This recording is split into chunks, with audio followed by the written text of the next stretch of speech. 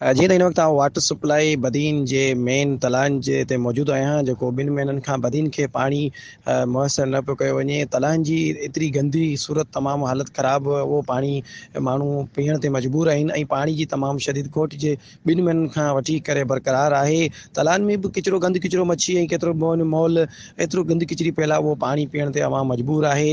हेतिरी बजट मां जेको तलाउनि जी सफ़ाई लाइ जेको मालियानी साल ॾिनो थो वञे, उन जी बजट बि ज़ाहिर नथी कई वञे, न तलाउनि जी सफ़ाई थी कई वञे। इंसान उहो पाणी माण्हू वधीक पूरी जेको सो अवाम पीअण ते मजबूर बणियल आहे। ऐं हींअर ज़िंदत वक़्तु पाणी 2 महीननि खां कोट फसल बसल तबाह जे किनारे ते चढ़ी चुका आहिनि। माण्हू जेको सो वॾी मुश्किलातुनि में मुंहुं ॾेई रहिया आहिनि। तलाउनि जी सफ़ाई न हुजण जे करे मुख़्तलिफ़ क़िस्म जी बीमारी थी रहियूं आहिनि। ऐं जेको फायर ब्रिगेड गाॾी आहे, उन्हनि ते बि जेको सो कारोबार उन्हनि पंहिंजो जारी करे छॾियो आहे।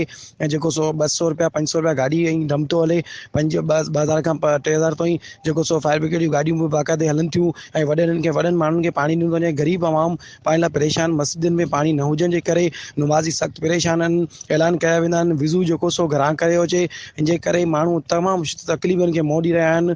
ऐं उन्हनि मुतालबो कयो आहे त असांखे जल्द खां जल्द पाणी फ़राहम कयो वञे, न ॿी सूरत में असीं फायर ब्रिगेड अमले ऐं उन जे ख़िलाफ़ु एहतिजाज कंदासीं।